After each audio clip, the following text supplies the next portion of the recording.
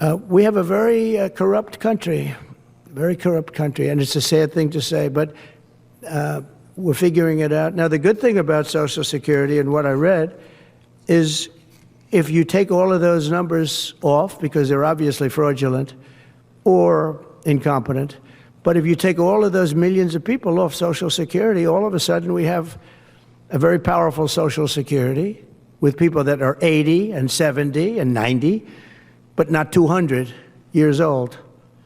So it's a very positive thing. How about over here? Yeah. I have said it before, and of course I'm going to say it again. Donald Trump has a lot of unqualified and just, quite frankly, dumb people in his cabinet, in his administration.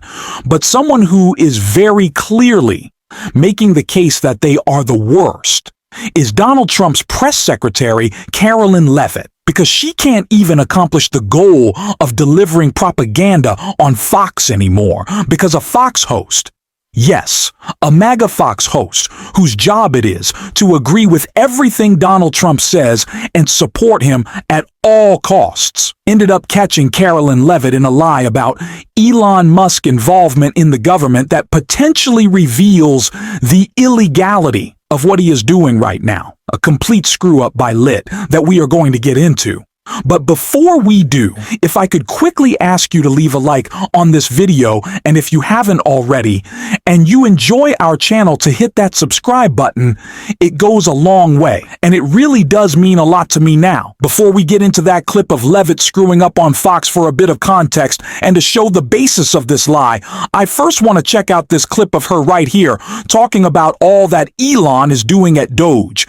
Doge and the fraud claims. Elon Musk in the Oval yesterday gave us some information on that. We're just wondering if there's some proof, evidence. Is the White House willing to share evidence of those fraud claims, or can Elon Musk come to the briefing room and share material evidence of what he's talking about? Sure. I would love for Elon Musk to come to the briefing room. That's why we had him go to the Oval Office yesterday, where I think he provided great answers. He was speaking in layman's terms, speaking common sense to all of you in the media, but also to Americans at home. But I would say especially to all of you in the media, because I think it's a real fallacy that there's this alleged lack of transparency when it comes to Doge.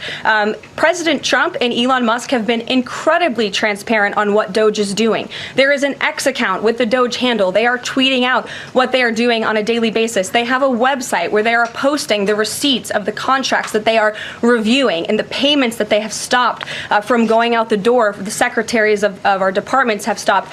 All right, Carolyn. I know that you work for the biggest pathological liar in the world, and if you work for him, you certainly are yourself, and we've seen that through your first few press briefings. But let's get the facts straight on one thing.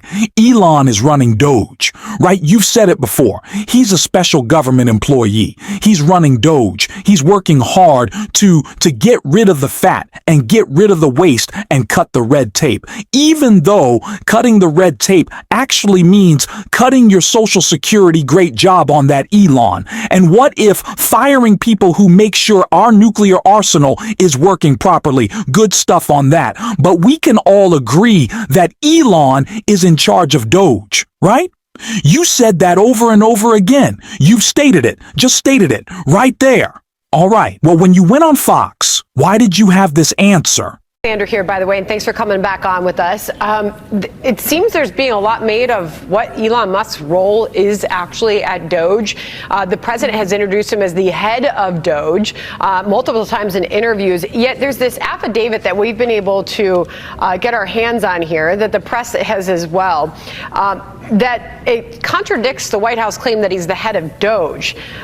This affidavit actually says he doesn't work for Doge at all. Reading directly from it, it says Musk is not an employee of the U.S. Doge Service or the U.S. Doge Service Temporary Organization. That's according to the director of the White House's Office of Administration. So what is his role at Doge? Sure, I'm happy to clarify. Elon Musk is a special government employee here at the White House, serving at the direction of the President of the United States, Donald Trump. Elon Musk has been tasked with overseeing Doge on behalf of the President. And Doge employees, Doge folks, have been onboarding at respective agencies across our federal bureaucracy as political appointees, just like any other political appointee gets on board with the new administration with the changing of hands, and those individuals are helping the secretaries at all of our agencies that have been nominated and confirmed by President Trump in the United States Senate to cut waste, fraud, and abuse at these respective agencies. So that's the way DOGE has been set up, and that's the way it will continue to operate. I don't know if this is Trump trying to throw Elon under the bus. I don't know if he's kind of stabbing him in the back. I don't know if he's, throwing him out in the cold. So I know he's not actually in charge. No, we don't want to associate with him. We talked about this in a previous video, how Donald Trump is recognizing just how unpopular Elon is and is getting more and more people are hating him, thank God, every single day. So that's what this is a part of. But very clearly, it is about all of his contra conflicts of interest. It's all about his government contracts. It's about the laws that he has broken it. It's clear that is what this is about. Elon is breaking the law. And so Donald Trump needs a little bit of a buffer zone there, and Carolyn really can't answer for that. Is he in charge of DOGE, or is he not? Her answer is no. But why did it change? I think we all know the reason. Because he's a screw-up. He is corrupt, and he's a criminal. It's plain and simple. And if they want to keep pushing this ridiculous lie that he's had so much success, you're going to have to answer to Rachel Maddow, who actually does have the truth about what Elon's been doing. People in the Office of Neurological and Physical Medicine Devices at the FDA were just fired. Perhaps coincidentally, that is the unit at the FDA that was investigating Elon Musk's company, the company that he owns that wants to graft computer chips onto people's brains. People doing that oversight work for Elon Musk's company are just fired at the FDA. And on that point, on that story, here's the thing we're seeing over and over again now. Quote, the dismissal letters sent to FDA reviewers cited performance reasons, even though these employees had no issues on their prior performance and had received top-notch rankings several weeks ago, according to two sources familiar with the matter. So they're being told they're being fired for performance reasons, but there's nothing in any of their performance reviews that would support that. In fact, quite the contrary. We're seeing that at FDA where they fired people who were in charge of regulating the computer chips Elon Musk wants to graft into your brain. We're also seeing similar reports in the firings of the National Nuclear Security Administration folks. People being told they're being fired for poor performance, even though there's nothing in their performance review history that would suggest any poor performance. Same thing is happening among people being fired at USDA. And at the Department of Education, and at the U.S. Forest Service, and at the VA, and at the Small Business Administration, and at the Department of Transportation. NBC News reviewed documentation there that shows people being fired supposedly for performance reasons had just received, quote, exceptional performance reviews. And so, I don't know if the pattern here seems as obvious to everybody as it does to me, but it seems to me like it's a pattern, right? There was no $50 million in condoms for Gaza that Hamas used to make their bombs.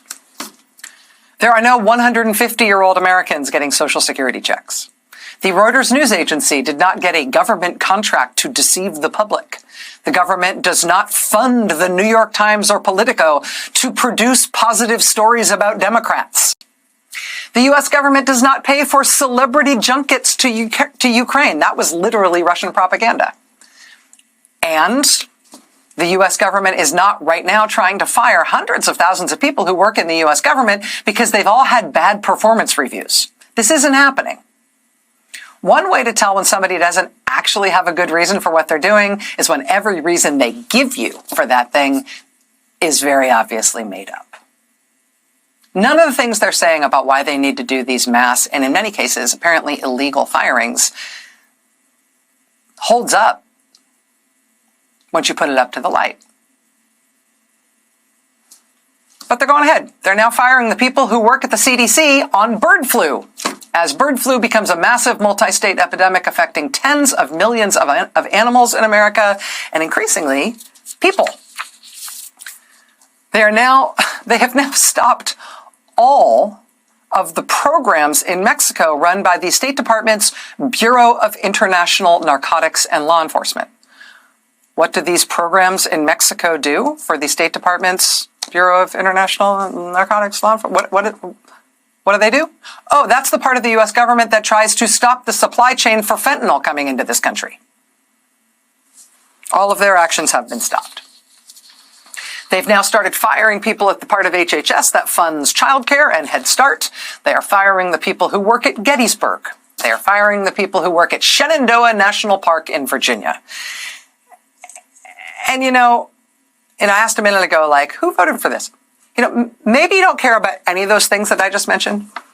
Maybe you only care about stopping immigration, about making immigration restriction work like lightning, making that the most important and top priority thing that the U.S. government does. Go fast, get people out of here. Maybe that's your motivation. I don't know. I think it might be for some people who voted for Trump, right?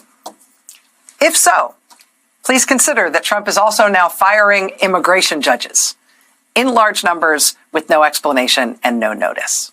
With more than 3 million immigration cases backlogged in the system, they are firing the judges who handle those cases, which will grind the system further to a halt. Because efficiency. Tonight, the Washington Post is reporting, and NBC News has confirmed, that whatever Trump has sent Elon Musk's people to do at the Social Security Administration, it was apparently alarming enough to the career official running that agency right now that she resigned. Quote, the acting commissioner of the Social Security Administration left her job this weekend after a clash with Elon Musk's U.S. Doge service over its attempts to access sensitive government records. Again, that's sensitive government records at Social Security. This follows a story also broken this weekend by the Washington Post that Elon Musk is also trying to access the most sensitive individual tax records that are maintained by the IRS. But I also have to note, and I kind of can't believe this, but for the 5th time since Donald Trump was sworn in just 4 weeks ago, we are also tonight watching developments in yet another plane crash. Elon and his Doge bags, his little team of cronies, little team of engineers have had no success. I am tired of operating on this idea that they are smart and that they know what they're doing. They are not, couldn't be further from the truth. They do not know what they're doing. So let's stop saying that they are screw-ups. They are GPEs, and they should not be in our government clear as day. They're committing crimes and they're causing chaos while doing it. And we have to continue to call them out. We're going to on this show every single day, and if you want to support that as always, you can hit that subscribe button and leave a like on this video. And if you stuck around at the end, drop a blue heart in the comments. And until next time, I'll see you soon.